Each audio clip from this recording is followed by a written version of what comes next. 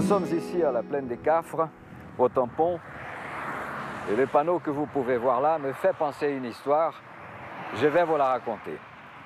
Dans cette région de Haut-de-l'Île, nous trouvons plusieurs noms qui correspondent à des pionniers, à des familles qui sont venues s'installer là à une époque où tout était extrêmement difficile. Nous avons M. Boisjoli-Potier, nous avons M. Riquebourg-Boiscourt, et là, nous avons M. Murat, Auguste Murat. Auguste et Casilda Murat, le couple, s'est installé à Boiscourt en 1904. Et voyant beaucoup d'enfants qui partaient à la dérive, qui n'avaient aucune possibilité d'instruction, ils ont décidé de créer à cet endroit une école dans laquelle ils intervenaient eux-mêmes. Mais après, ils ont demandé à d'autres personnes qui avaient un peu d'instruction d'aider ces enfants-là à avoir un peu de connaissances.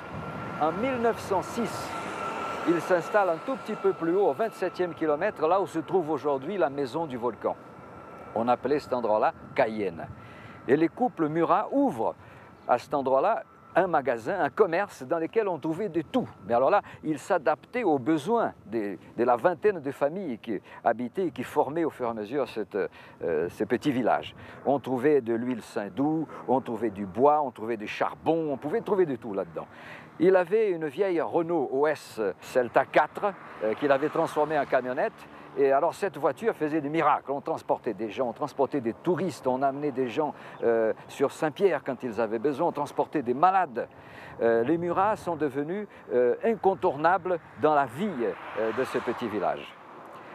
Nous arrivons en 1980 et là, la municipalité du Tampon décide de donner le nom d'Auguste Murat à ces villages. Et lors du conseil municipal de la fin du mois de mai, lors d'une cérémonie haute en couleurs, on a planté ces panneaux avec le nom de Bourg-Murat.